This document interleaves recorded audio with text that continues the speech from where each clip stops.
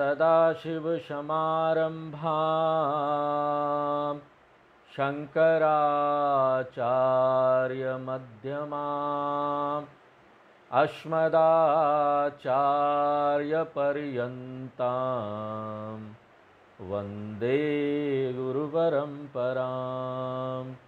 ओम। तो 24वें श्लोक के साथ ही कृष्ण भगवान ने 6 विषय जिसके बारे में अर्जुन जानना चाहता था उसको बता दिया। और वो 6 विषय कौन कौन से हैं? प्रकृति क्या है, पुरुष क्या है, क्षेत्रम क्या है, क्षेत्रज्ञ, ज्ञानम और ज्ञेय।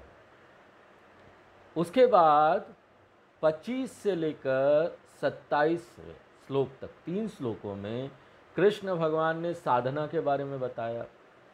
क्या तैयारी हमको करनी है आत्मज्ञान प्राप्त करने के लिए। जो भी पहले 24 श्लोक में ज्ञान उन्होंने दिया, उस ज्ञान को प्राप्त करने के लिए तैयारी क्या करनी है। और उन्होंने साधना के स्तर के बारे में बात की। शुरू होता है कर्मयोग से, उसके बाद हम उपासना में आते हैं, उसके बाद जब ज्ञान योग में आते हैं तो 3 चरणों से गुजरते हैं, श्रवण, मनन और निधिध्यासन। और इन सब साधनाओं का परिसमापन कहाँ पर होना चाहिए? ज्ञान में होना चाहिए। और कृष्ण भगवान ने यह भी संकेत दिया कि क्यों यो ना ज्ञान पर ही जोर दे रहे हैं। हम क्यों बार बार जोर देते हैं नॉलेज नॉलेज नॉलेज, ज्ञान पर क्यों देते हैं? कारण ये है कि संसार रूपी जो समस्या है वो गलती से हुई है। हमारी समझ गलत होने से हुई है। हमारी अपने बारे में समझ गलत हो गई है, इसके कारण हुई है। तो ये जो आत्म त्रुटि हो गई है, गलती हो गई है, अपने बारे में समझ को लेकर समस्या ये है। और कोई भी गलत समझ हो, त्रुटि हो, वो कैसे जाएगा? समझ से जाएगा। कोई अज्ञान हो, ये सब अज्ञान के कारण है गलत समझ, उसका कारण अज्ञान है, हम नहीं जानते। जब कोई चीज नहीं जानते हैं तो उसको दूर करने का उपाय क्या है? जान लेना, कहानी खत्म, और कुछ करने की जरूरत नहीं है। इसलिए हम बार बार जोर देते हैं और बोलते हैं कि नॉलेज इज कंपलसरी, ज्ञान कंपलसरी है। और आत्मज्ञान से ही मोह जाएगा, और ये मोह जब जाएगा तभी संसार खत्म होंगे। तो यहां पर जो साधना के बारे में बात की गई 3 श्लोकों में 25 से 27, और उसके बाद 28वें श्लोक से कृष्ण भगवान साधना का फल हमको क्या मिलेगा उसके बारे में बात कर रहे हैं। What is the benefit of the knowledge. और कृष्ण भगवान ये जो लाभ है उसको यहाँ पर बहुत सारे तरीकों से प्रस्तुत कर रहे हैं। 28वें श्लोक में जिस फल के बारे में उन्होंने बात की, वो फल है कि हमको ना दुनिया के बारे में सही समझ मिल जाएगी। Right vision of the world I will get, the complete understanding of the world, इस जगत के बारे में हमको पूरा ज्ञान हो जाएगा। और इसको हम बोलते हैं सम्यक दर्शनम, a proper perceptive, a proper knowledge of the world, एक सही समझ मिल जाती है, दृष्टिकोण मिल जाती है। और ये किस पर आधारित है? जो शिक्षा यहाँ दिया जा रहा है। और वो शिक्षा क्या है? यही कि पूरी दुनिया जो है, ब्रह्मांड जो है, वो मिश्रण है प्रकृति और पुरुष का। क्योंकि ये पूरी दुनिया जो है ना, वो प्रकृति से जन्मा है, और उसके अंदर भीतर चारों तरफ पुरुष है। तो इसलिए ये दोनों का मिक्सर ही होगा, दोनों का मिश्रण होगा। जिस तरह से एक बच्चा होता है ना, उसमें दोनों के लक्षण आ जाते हैं, माँ बाप दोनों के। तो प्रकृति और पुरुष ना, ये दुनिया का माँ बाप है। इसलिए ये पूरा जो ब्रह्मांड है, ये पूरी जो सृष्टि है, ये दोनों का मिश्रण है। और हमारा जो दृष्टिकोण है, जो विजन है, वो राइट विजन होना चाहिए, एक संतुलित विजन होना चाहिए। और ये कब होगा? ये तब होगा जब हम प्रकृति वाले पक्ष को भी अच्छी तरीके से जानें और पुरुष वाले पक्ष को भी अच्छी तरीके से जानें। अगर हम यहाँ प्रकृति को लेकर बिजी हो जाएंगे, प्री ऑक्युपाइड हो जाएंगे, तो ना हम पुरुष को भुला देंगे, तो फिर भी समस्या आ जाएगी। और अगर हम यहाँ पर पुरुष को लेकर बिजी हो जाएंगे, उसी की तरफ देखेंगे, प्रकृति को समझेंगे नहीं, तब भी समस्या है। हमको यहाँ पर ना एक बैलेंस्ड विजन चाहिए, एक राइट, एक बैलेंस्ड विजन, एक सही संतुलित दृष्टिकोण। और वो क्या है कि हम दोनों, पुरुष और प्रकृति, दोनों को लेकर अवेयर रहे, जागरूक रहें हर समय।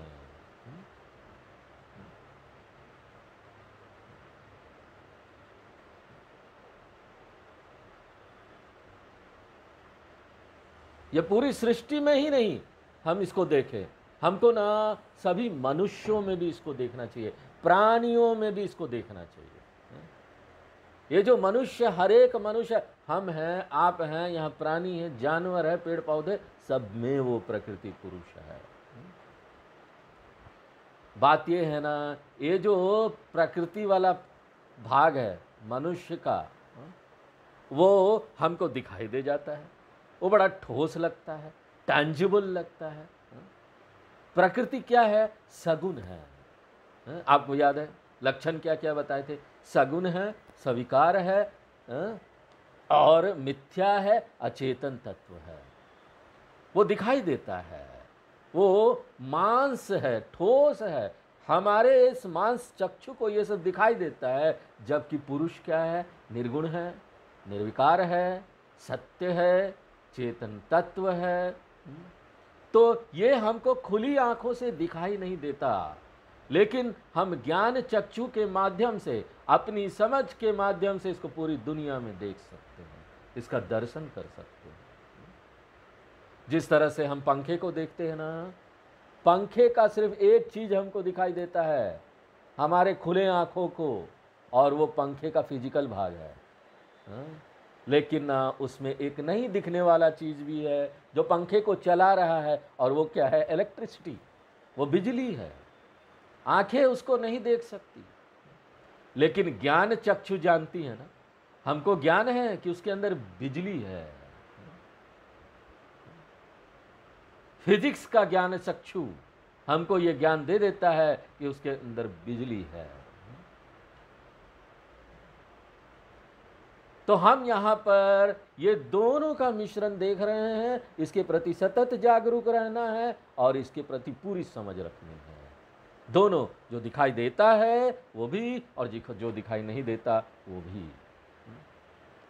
उसी तरीके से जब हम किसी प्राणी को देख रहे हैं, तो जो आंखें देखती है वो एक बात है, लेकिन एक दूसरा जो है, जिसको शास्त्र बताता है, जिसको ज्ञान चक्षु बता रही है, जिसको ज्ञान की तीसरी आंख बता रही है, वो ज्ञान चक्षु, वो क्या देखता है? देखने का क्या मतलब है? देखना नहीं, सराहना, समझ बनाना उस नहीं देखने वाले पुरुष के प्रति कि वो सबके भीतर है। यही नहीं कि ना ये तीसरा आंख सिर्फ भगवान शिव के पास है, हम बस उसी में खुश हो जाते हैं। भगवान शिव का तीसरा आंख खुल जाएगा, अरे भैया हमको भी वो तीसरा आंख मिल सकता है, भगवान ही ने ही दिया है, और हमको ये तीसरा आंख प्राप्त करना पड़ेगा। ये जो दो आंखें हैं ना, वो प्रकृति को ही देख सकती है, लेकिन तीसरा आंख खुलेगा तब हम पुरुष को भी देख पाएंगे। और यही चीजें जब हम तिलक वगैरह लगाते हैं ना, ये इसका सिंबल है, ये इसका प्रतीक है कि तीसरा आंख खोलो भैया। बार बार हम, किसी दिन तो पता चलेगा, याद आएगा कि क्यों लगा रहे हैं, अपने आप को याद दिलाने के लिए कि भगवान शिव का ये तीसरा आंख यहाँ भी है। दो आंखें प्रकृति को देखेगी, तीसरा आंख पुरुष को देख सकता है। और आजकल तो छोड़ दीजिए, तिलक कोई लगाना ही नहीं चाहता। और अब आधुनिक पीढ़ी आ गई है, नई पीढ़ी आ गई है, उनको शर्म आता है, तिलक लगा के हम स्कूल में नहीं जाएंगे। हमारे शास्त्र बोलते हैं कि वो हमारे तीसरे आंख का प्रतीक है, उसका प्रतिनिधित्व करता है।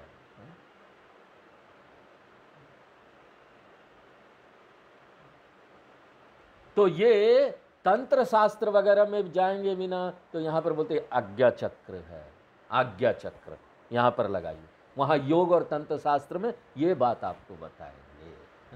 वो बोलेंगे ये जो है ना आज्ञा चक्र है, और ये पूर्ण ज्ञान प्रदान करता है, पूर्ण ज्ञान वाला चक्र है। चक्र की जब आप बात करते हैं, पूरे शरीर में चक्र है, कहीं ना कहीं योग शास्त्र तंत्र शास्त्र में वो आता है। तो ये जो तीसरा आंख है, जो कि आज्ञा चक्र के माध्यम से हमको पता चलता है, तिलक के माध्यम से हमको बार बार याद दिलाया जाता है, वो ना नहीं दिखने वाला आंख है, और वही पुरुष को दिखा सकती है।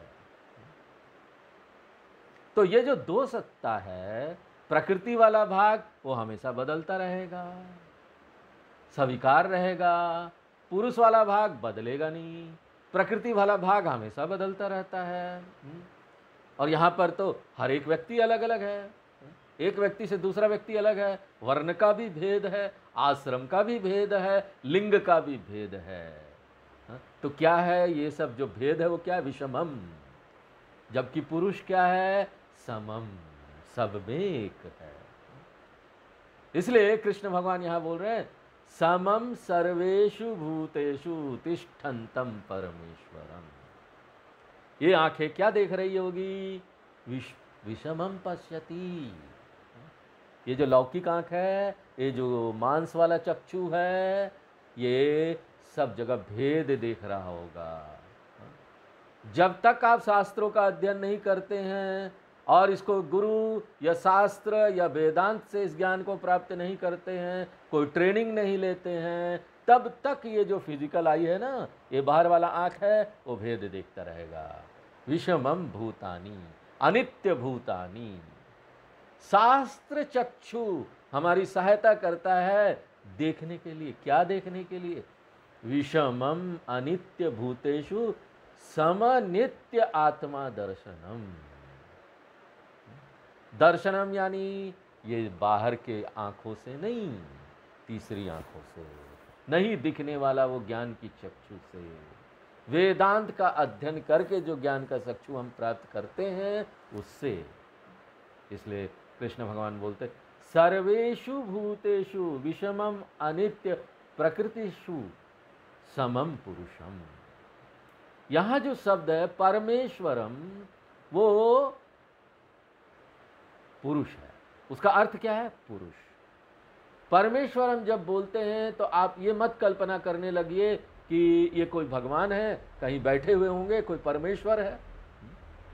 यहां जो परमेश्वर शब्द है वो रिप्रेजेंट करता है निर्गुण, निर्विकार, सत्य, चेतन तत्व परमेश्वरम को। यह पश्यति। लेकिन ऐसा नहीं होना चाहिए ना कि हमको सिर्फ पुरुष ही दिख रहा है। यहाँ हम भुला ही गए प्रकृति को, सिर्फ आत्मा आत्मा दिख रहा है चारों तरफ। हम भी आत्मा है, पूरी दुनिया आत्मा है। वो प्रकृति को देख ही नहीं रहा है, सिर्फ पुरुष के प्रति अवेयर है। ऐसा संत हो गए ना, हमको दिखाई नहीं देता व्यवहार। एक जगह बैठ गए से हम आत्मा हैं, कुछ नहीं करते। ऐसा नहीं हो सकता। जिस तरीके से हम जब फैन को देखते हैं तो हम ये जानते हैं कि फैन में बिजली भी है और फैन भी है, और संदर्भ के अनुसार हम उस पर ध्यान देते हैं। क्या संदर्भ है? संदर्भ बिजली में कुछ खराबी है तो बिजली पर ध्यान देंगे, फैन में कुछ खराब हो गया तो फैन के ऊपर ध्यान देंगे। दोनों के हिसाब से देते हैं ना। या फिर हम देखेंगे बिजली बिजली, फैन को देखेंगे नहीं, बिजली से हवा आ रही है, फैन खराब हो गया, हवा क्यों नहीं आ रही है? बिजली खराब हो गया। ऐसा थोड़ी ना, बिजली तो है, फैन खराब हो गया। तो हमको दोनों को जानना पड़ेगा, दोनों को देखना पड़ेगा। ऐसा नहीं होना चाहिए किसी ने आपको पूछा, अरे आप कौन हैं? कहीं कंपनी में नौकरी करने के लिए गए, आपका बायोडेटा पूछ रहे, कौन है? आधार कार्ड में या कहीं भी सरकार मांग रही है आपसे आपकी जानकारी कि ये आप बताइए आप कौन है, आइडेंटिफाई योरसेल्फ। तो संदर्भ के अनुसार आपको बताना पड़ेगा। आप उस समय ये नहीं बोल सकते हैं मैं निर्गुण निराकार सत्य चेतन तत्व हूँ। वो बोलेंगे जाओ जाओ, आधार कार्ड नहीं बनेगा आपका वो कार्ड भी नहीं बनेगा आपको नौकरी भी नहीं मिलेगी, जाइए।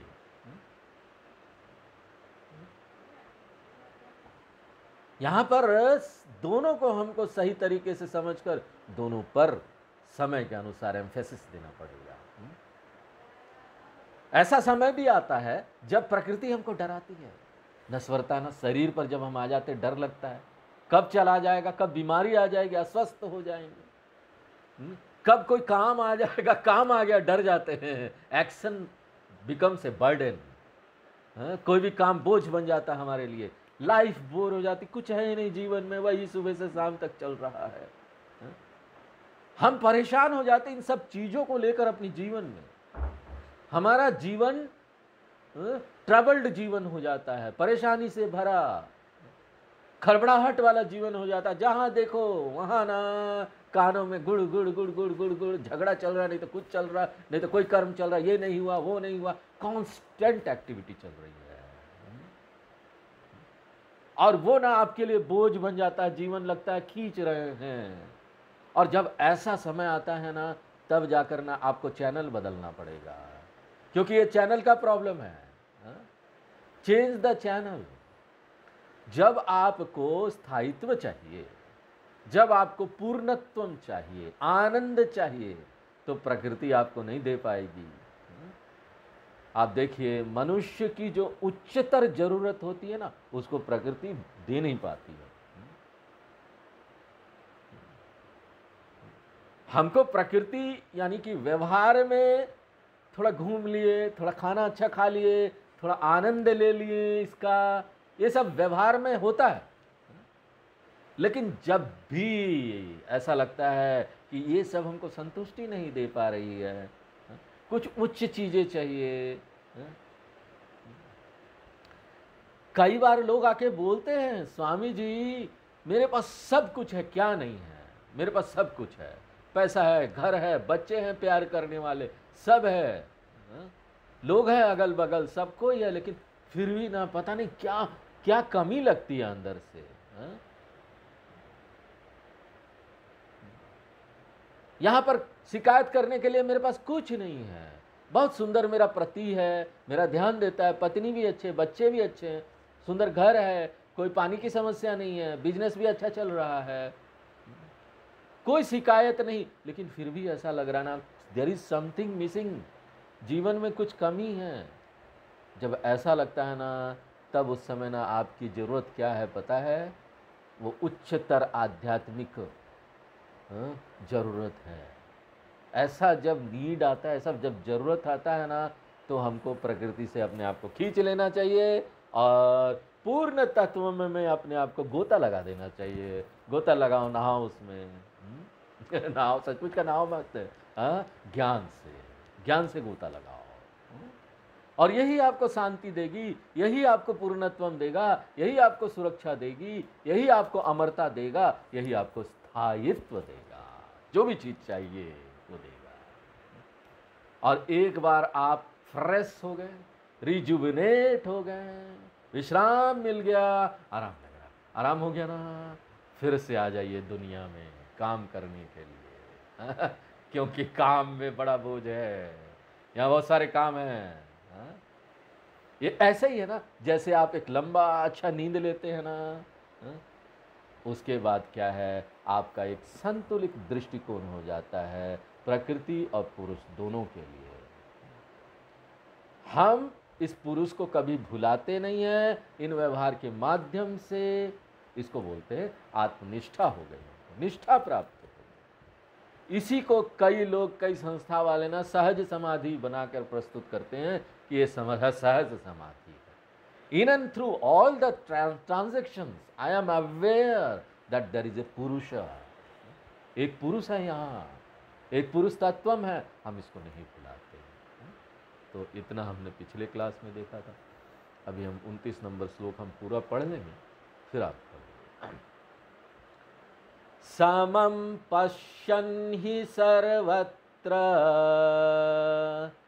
समवस्थितमीश्वरं न हि नस्त्यात्मनात्मानं ततो याति परां गतिम।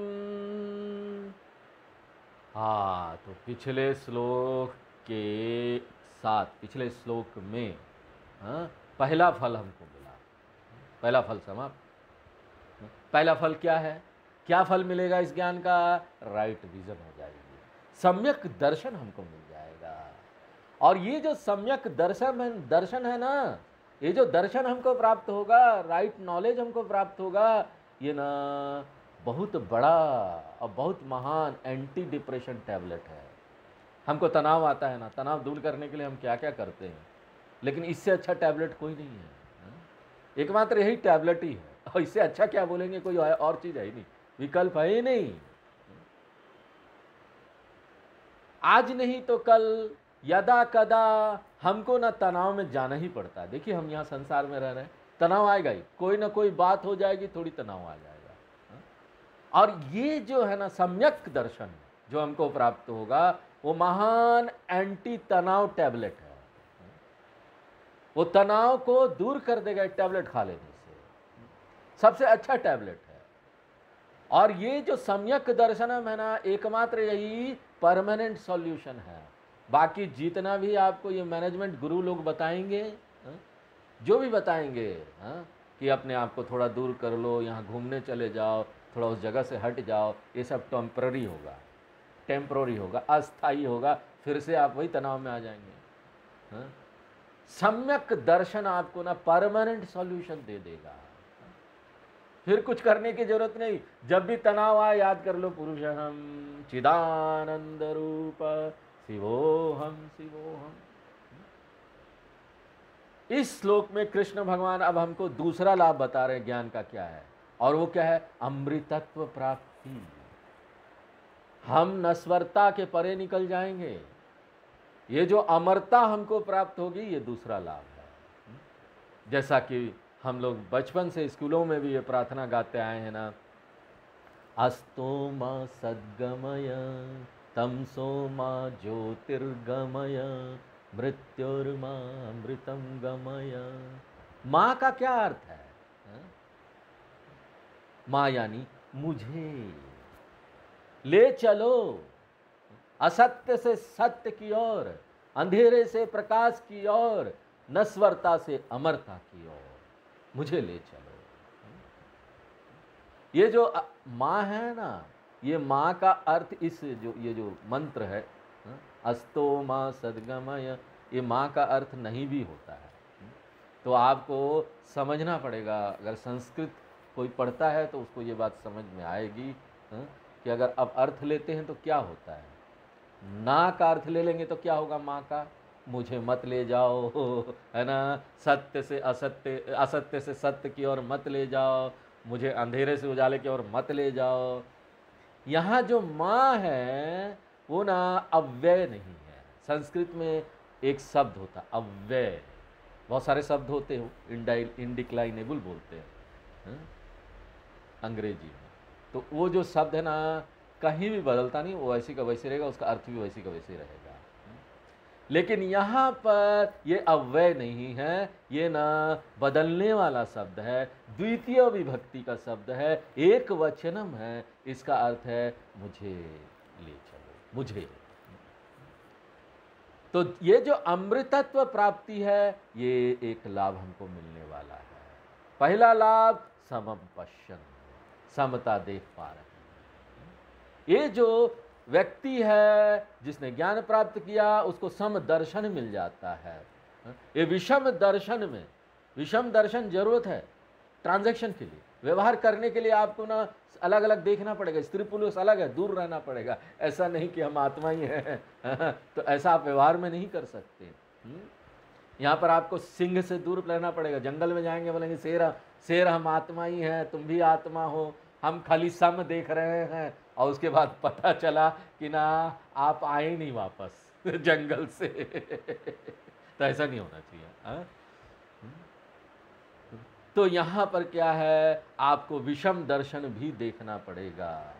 हाँ? आपको देखना पड़ेगा कि ये अलग है, मैं अलग हूँ। हाँ? तो यहाँ पर भगवान ने गीता में भी बताया, हाँ?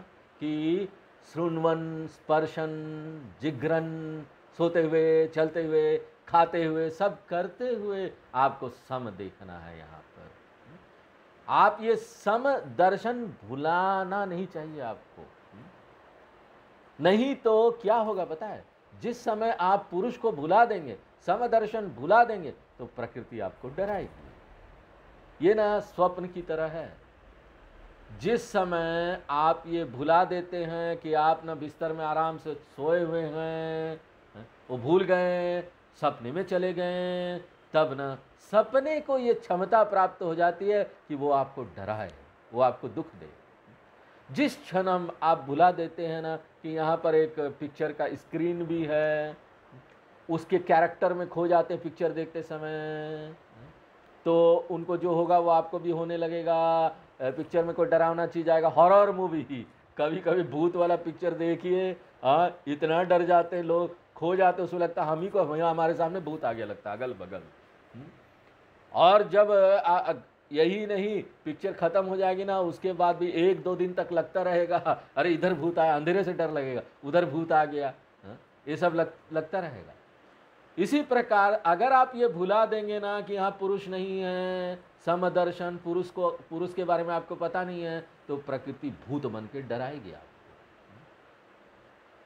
इसलिए समम पश्यन ही सर्वत्र, हर एक अवस्था में, ऑल कंडीशन, वो क्या देखता है, समवस्थितम ईश्वरम, समवसिष्ठितम ईश्वरम। फिर से देखिए, जब यहाँ ईश्वर आता है हमको समझना चाहिए ईश्वर का क्या अर्थ है। परमेश्वर का क्या अर्थ हमने समझा था, ईश्वर का क्या अर्थ समझा था। ईश्वर यानी वो पुरुष, वो आत्मा। यहाँ एक रूप ईश्वर की बात नहीं हो रही है, जो आपके मंदिर में एक रूप ईश्वर, आपके इष्ट देवता, उसकी बात नहीं हो रही है। यहाँ अनेक रूप ईश्वर की बात नहीं हो रही है, जो भगवान ने 10वें और 11वें अध्याय में बताया हमको। यहाँ पर पूरे संसार को भगवान का रूप देखो, उसकी भी बात नहीं हो रही है।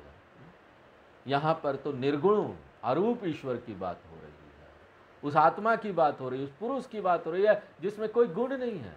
इसलिए समम, जो हर व्यक्ति में एक ही है, वो एक ही है जो हर व्यक्ति में है, अलग अलग नहीं है।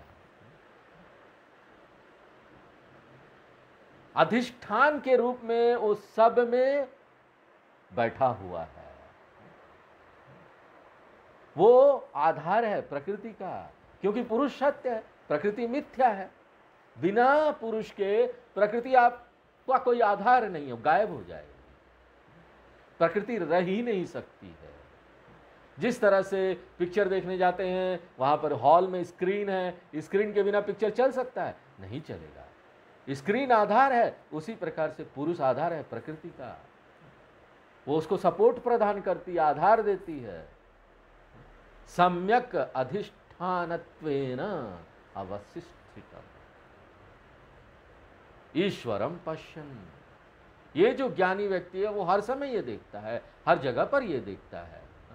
पश्यन् का अर्थ ये नहीं है फिजिकली देख रहा है, ये ज्ञान चक्षु से देख रहा है। और उसको क्या लाभ प्राप्त होता है, पराम गतिम याति, वो ना उच्च लक्ष्य को प्राप्त कर लेता है, अमर हो जाता है, अमृतत्वम को प्राप्त कर लेता है, अमृतत्वम याति, वो अमृत को प्राप्त कर लेता है। और फिर ना वो अपने आप को नहीं देखता हम मर जाएंगे, एक दिन हमारा जन्म हुआ है, हम तो नश्वर है, आज नहीं तो कल चले जाएंगे, और डरता नहीं मरने से। तो यहाँ पर कृष्ण भगवान इसको बहुत सुंदर तरीके से प्रस्तुत कर रहे हैं कि ये जो ज्ञानी है ना, वो अपने आप को नष्ट नहीं करता।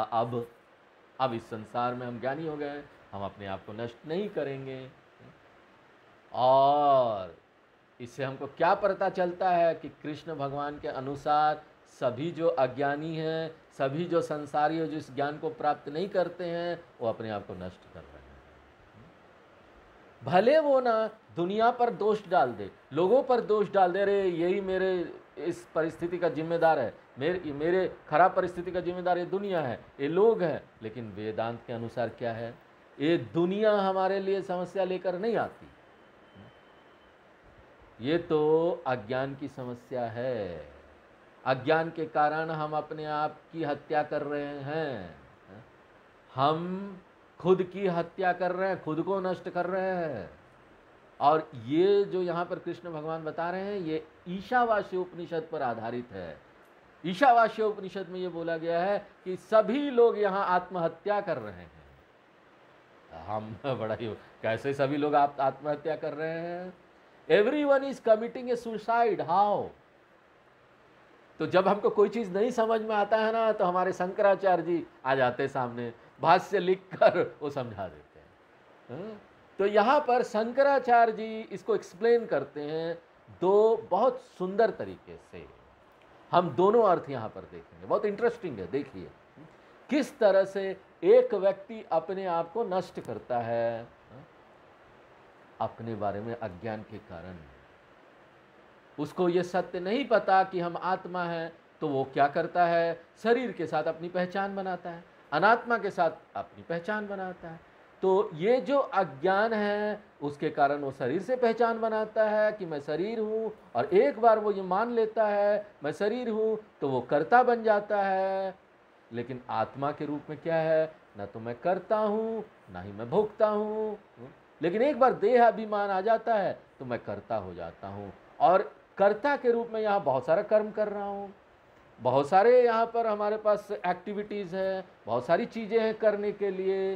हाँ, तो यहाँ पर हम बहुत सारी चीज़ें कमा रहे हैं, कुछ ना कुछ कर कर। हाँ, पुण्य और पाप कमा रहे हैं।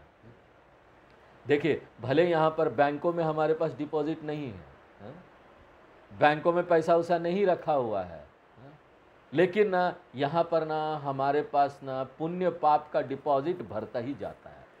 हम जो भी करते हैं उसमें हमको पुण्य पाप मिलता है।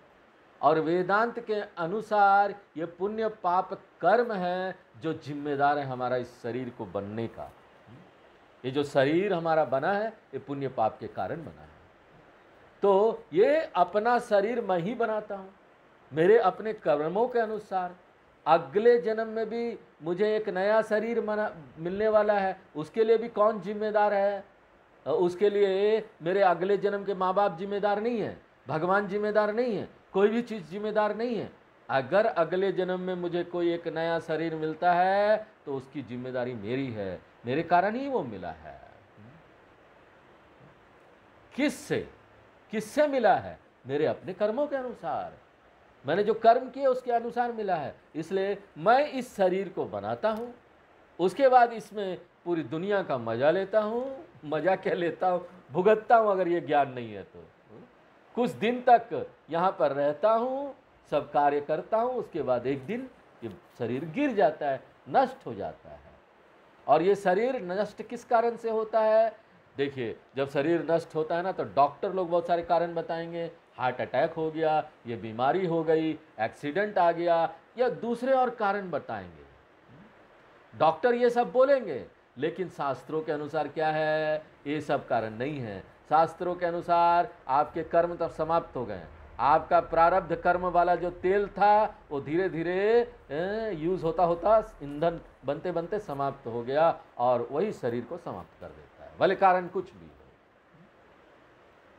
तो ये शरीर किसके कारण से आता है? मेरे कारण। ये शरीर किसके कारण से मरता है? मेरे कारण, एकमात्र मेरे कारण, मेरे कर्मों के कारण। और एक बार ये शरीर चला गया तो क्या होता है, ये अभी यात्रा समाप्त नहीं हुई है, यहाँ पर प्रारब्ध है तो संचित कर्म भी है, इसलिए दूसरा एक शरीर मिलेगा, मैं दूसरा शरीर में जाता हूँ, फिर वो जीवन जीता हूँ, फिर अपने आप को मार देता हूँ। अपने कर्मों के कारण ही अपने आप को मार देता हूँ। फिर एक दूसरा शरीर लेता हूँ, फिर अपने आप को मार देता हूँ, फिर दूसरा शरीर लेता हूँ, फिर अपने आप को मार देता हूँ। तो यहाँ पर मैं ही जिम्मेदार हूँ। ये जो बार बार जन्म और मरण हो रहा है ना, इसकी जिम्मेदारी किसकी है? मेरी अपनी है। शरीर आता है जाता है, इसकी जिम्मेदारी मेरी अपनी है। मैं ही अपने आप को बना रहा हूं, मैं ही अपने आप को डिस्ट्रॉय कर दे रहा हूं शरीर की दृष्टिकोण से। इसलिए मैंने अपने आप को नष्ट किया, आत्महत्या कर लिया, मार दिया, हत्या कर दिया। और कब तक ये चलेगा? जब तक कर्म चलता है। पुनरपि जननम पुनरपि मरणम, पुनरपि जननम पुनरपि मरणम। जन्म भी लेंगे, मरेंगे भी, और इस प्रकार से जन्म मृत्यु चलता रहेगा। इसलिए मैं क्या हूं? आत्महा। आत्महा यानी मैं अपने आप को ही मार देता हूं। मैं अपना किलर हूं, अपनी हत्या कर देता हूं शरीर के दृष्टिकोण से। और उसके बाद शंकराचार्य जी अब एक दूसरा अर्थ भी देते हैं। ये तो शरीर की दृष्टिकोण से हुआ, लेकिन आत्मा के दृष्टिकोण से, पुरुष के दृष्टिकोण से, उच्च सत्ता की दृष्टिकोण से क्या होता है कि आत्म अज्ञान के कारण मैं ना अपने उच्च स्वरूप को भी, पुरुष को भी मार दे रहा हूं। मैं यहां पर अपने आप को नष्ट कर रहा हूं, अपने आप को यहां शरीर नहीं, मेरा उच्च स्वरूप को नष्ट कर रहा हूं। शंकराचार्य यहां पर प्रश्न उठाते हैं कि किस तरीके से एक अज्ञानी व्यक्ति अपने उच्च स्वरूप की हत्या कर देता है, उस आत्मा की हत्या कर देता है। क्योंकि यहां पर तो आत्मा की हत्या हम कर ही नहीं सकते। तो आप ये कैसे बोल सकते हैं कि एक अज्ञानी व्यक्ति अब आत्मा की हत्या कर देता है? शंकराचार्य जी बोलते हैं कि एक अज्ञानी व्यक्ति आत्मा की हत्या करता सा प्रतीत होता है, प्रतीक के रूप में कि आत्मा का हत्या कर दिया। सचमुच में नहीं कर सकता, फिगरेटिवली बोलते हैं, प्रतीक के रूप में कि वो आत्मा को मार दिया। जब हम इस बात के प्रति सचेत नहीं हैं, हमको कोई ज्ञान नहीं है अपने उच्च स्वरूप को लेकर, तो हम क्या करते हैं? अपने उच्च स्वरूप का त्याग कर दिए ना, नहीं जाने मतलब त्याग कर दिए। जिस तरह से एक व्यक्ति नहीं जानता कि उसके घर के नीचे ही, जमीन के नीचे खजाना छिपा है, उसको पता नहीं है, तो वो कभी उसको निकाल नहीं पाएगा, कभी निकाल नहीं पाएगा, क्योंकि उसको अज्ञान है और उसका लाभ भी वो नहीं ले पाएगा। उसी प्रकार से एक अज्ञानी व्यक्ति जानता ही नहीं कि कोई आत्मा बोल के भी है, कोई उच्च स्वरूप भी बोल के है, कोई पुरुष भी बोल के है, तो ना तो वो उसका लाभ ले पाएगा, और क्या होगा उल्टा, उस एज इट इज, जैसे ना प्रतीक के रूप में कि जैसे मार दिया, नहीं लाभ लिया तो क्या मतलब, मार दिया, खत्म कर दिया, हत्या कर दिया। तो एक अज्ञानी व्यक्ति जो है ना, वो दोनों तरफ से अपना शरीर का भी हत्या कर देता है और वो पुरुष का भी हत्या कर देता है। इस प्रकार ना वो अपनी हत्या खुद करता है, आत्महत्या करता है, ईशावास्य उपनिषद बोलते हैं। तो आज हम लोग यहीं पर विराम देते हैं, आगे फिर नेक्स्ट क्लास में देखेंगे। ओम पूर्णमदः पूर्णमिदं पूर्णात् पूर्णमुदच्यते पूर्णस्य पूर्णमादाय पूर्णमेवावशिष्यते। ओम शांति शांति।